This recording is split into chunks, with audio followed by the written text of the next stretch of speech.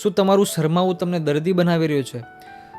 દરરોજ ટોયલેટમાં લાલ રંગનું લોહી જોઈને ડરી જાઓ છો? ક્યારેક દુખાવાથી બેસી પણ ન શકાય. કેમ? કેમ કે તમને પાઇલ્સ હોઈ શકે છે. આ દુઃખદાયી ભયંકર પરિસ્થિતિથી તમે દૂર રહી શકો છો. આના માટે અમારા પાસે ઈલાજ છે. આપણા ક્લિનિકમાં અવિનાશભાઈ નામના દર્દી આવ્યા હતા.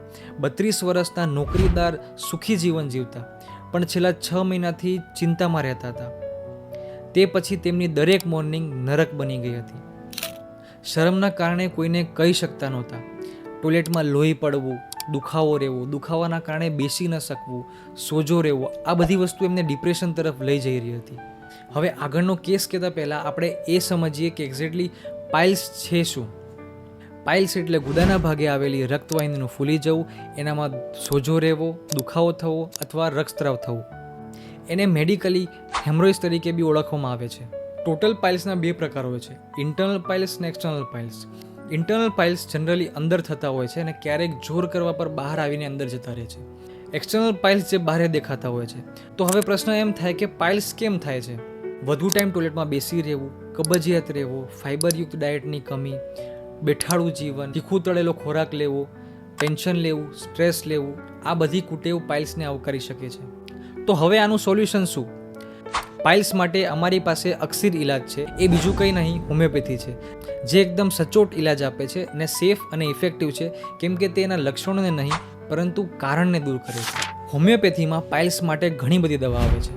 એસ્ક્યુલસ, નક્સવોમિકા, સલ્ફર, લેકેસિસ, નાઇટ્રિક એસિડ વગેરે વગેરે. પણ જેવી રીતે બધા માણસનું જીવન, સ્વભાવ, તાસીર અલગ અલગ હોય છે, એવી જ રીતે આની સારવાર વ્યક્તિગત હોય છે, જેમાં તમારા લક્ષણ અને સ્વભાવ પરથી દવા પસંદ કરવામાં આવે છે. તો આપણે જે અવિનાશભાઈનો કેસ ડિસ્કસ કરતા હતા, એમને 3 મહિના હોમિયોપેથિક દવાનું નિયમિત સેવનથી પાઇલ્સ ઓલમોસ્ટ 90% ઘટી ગયું છે ને તે પાછા કોન્ફિડન્ટ છે. કારણ કે દુખાવો નહીં તો શરમ નહીં. તો આવા જ બીજા ઉદાહરણ તમને હું બતાવું છું, ધ્યાનથી જોજો.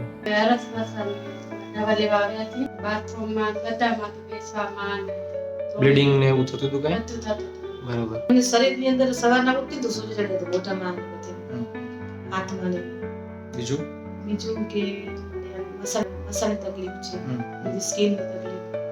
આપણે હરસ મસાજ દવા દેવા. બરાબર. કેટલા સમયથી તમને તકલીફ હતી? તકલીફ તો 8-9 વર્ષની તકલીફ હતી પહેલા. બરાબર. પછી ઓપરેશન પણ કરાવ્યું હતું. એમાં જાદુ ફરક ન પડ્યો. ઓપરેશન થયું. બરાબર. દવા લેવા ગયા હરસ મસાજ. હરસ મસાજ. બરાબર. કેટલા સમયથી તકલીફ હતી તમને? તકલીફ મને 10 વર્ષ પહેલા હતી. ના બરાબર. તકલીફ તો સમજી લો કે બે વર્ષથી હતી. બરાબર. છેલ્લા 2-3 વર્ષથી મસાની તકલીફ હતી અને ઘણી વખતે એ વધી જતી હતી. એવી વધી જતી કે ભાઈ બેસાતું નહીં અને બીજી ઘણી બધી પ્રોબ્લેમ્સ થતી અને તેના કારણે ફક્ત ઊભું રહી શકે અથવા આડું સૂઈ શકે તે જ પ્રોબ્લેમ થઈ જાય. બરાબર. પહેલા કરતા ઘણો સુધારો હોય. અચ્છા. પહેલા કાંઈ થતું નથી. અચ્છા. કેટલા દિવસમાં તમને ફરક પડ્યો? 8 દિવસમાં ઘણો ફરક પડ્યો. બરાબર. ઘણું ફેર પડ્યો. હવે દવા બંધ થઈ તેને 8 દિવસ થઈ ગયા, હવે કાંઈ થતું નથી. સરસ. ખૂબ સરસ. બિલકુલ સરસ. ઓકે, ઠીક છે. પછી આપણી દવાથી કેટલા દિવસમાં રાહત થઈ? આપણે એક મહિનો ચાલુ રાખી આપણે દવા. બરાબર. દોસ્ત આરામ વધી ગયું. બરાબર. કેટલા ટકા રાહત કહેવાય તમને? 100% માંથી કેટલા ટકા રાહત? 100%માં સમજો 70-80% રાહત છે. ઓકે, બરાબર. હવે આરામ થઈ ગયો છે? પાછું આરામ થયું. ઓકે. 15 દિવસ કેટલો ફરક લાગ્યો તમને 100% માંથી? 50%. 15 દિવસમાં 50% નો ફરક લાગે. શું શું તમને ચેન્જીસ લાગ્યા તમને સ્વભાવમાં અને ફિઝિકલમાં બધી જગ્યાએ? સ્વભાવ પણ મારો શાંત થઈ ગયો. પહેલા જેવું નથી. બહુ સરસ છે. ગુસ્સો ને એમાં ના, ગુસ્સો નથી આવતો. અને જે ખાવાનું બધું ઓલું હતું એ બધું હવે તો હું વિચાર આવે જે મજા આવે જમી લઉં. પહેલા શું હતું? પેલા બીક લાગતી, કાંઈ પણ ખાતી તો બીક લાગતી કે આ ખાઈશ તો આમ થઈ જશે, આ ખાઈશ તો આમ. પણ હવે પણ કાંઈ બીક જ નથી નથી લાગતી. લાગતી. અને જે પણ ખાવું તમે ખાઓ તો કઈ તકલીફ થાય છે કે નહીં? ના હવે કેવું છે?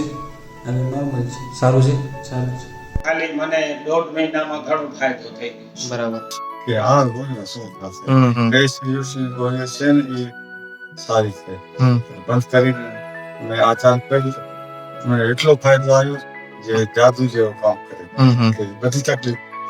ડૉક્ટર સની સર સાથે વાતચીત થઈ અને એમને હોમિયોપેથિક રીતે મને ઘણી બધી જાણકારી આપી.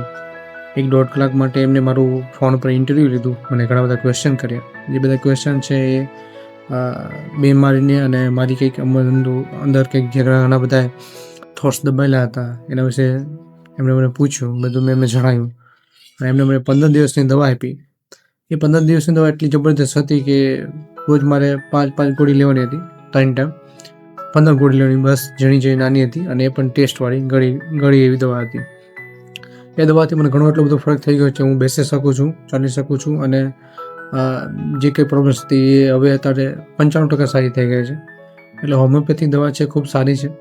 જો કોઈ એનો ઉપયોગ કરશે તો એને રિઝલ્ટ મળશે, થોડોક સમય લાગશે પણ રિઝલ્ટ બહુ સારું મળશે. એલોપેથી કરતાં પણ હોમિયોપેથિક છે વધારે બેટર છે એમ કહી શકાય, કેમ કે એલોપેથી એ 2 થી 3 દિવસમાં 4 દિવસમાં મટાડે છે, પણ એ વળી પાછું બીજી વાર થઈ શકે છે. ત્યારે હોમિયોપેથિક છે એ મૂળમાંથી મટાડે છે, એટલે એ બહુ વધારે સારું છે અને ઇફેક્ટિવ છે.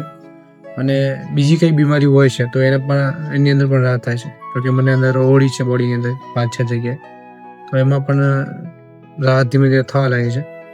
પણ ખાસ જે મસા અને પાઇલ્સની સમસ્યા હતી એમાં ઘણી બધી રાહત છે અને હવે બીજો ડોઝથી આઈ થિંક પૂર્ણથી મટી જશે. તો thank you so much doctor Sunny sir, તમે મને ખૂબ જ હેલ્પ કરી છે અને તમારી જે દવા હતી એ પણ ખૂબ જ કારગર થઈ છે. તે બદલ ખૂબ ખૂબ આભાર. Thank you so much. જો તમને પણ પાઇલ્સની તકલીફ છે તો શરમાવા જેવી વાત નથી, સમયસર તેનો ઈલાજ કરો, કેમ કે ઓપરેશન એકમાત્ર જ એનું સોલ્યુશન નથી. હોમિયોપેથીને અપનાવો અને પાઇલ્સ જેવી તકલીફોથી દૂર રહો. અમારી પાસે અપોઇન્ટમેન્ટ લેવા માટે નીચે આપેલા નંબર પર સંપર્ક કરો. અને જો તમને આ વિડીયો મહત્ત્વનો લાગ્યો હોય તો ચેનલને સબસ્ક્રાઈબ, વિડીયોને લાઇક અને જેને તકલીફ છે એને વિડીયો શેર કરવાનું ના ભૂલતા. Thank you.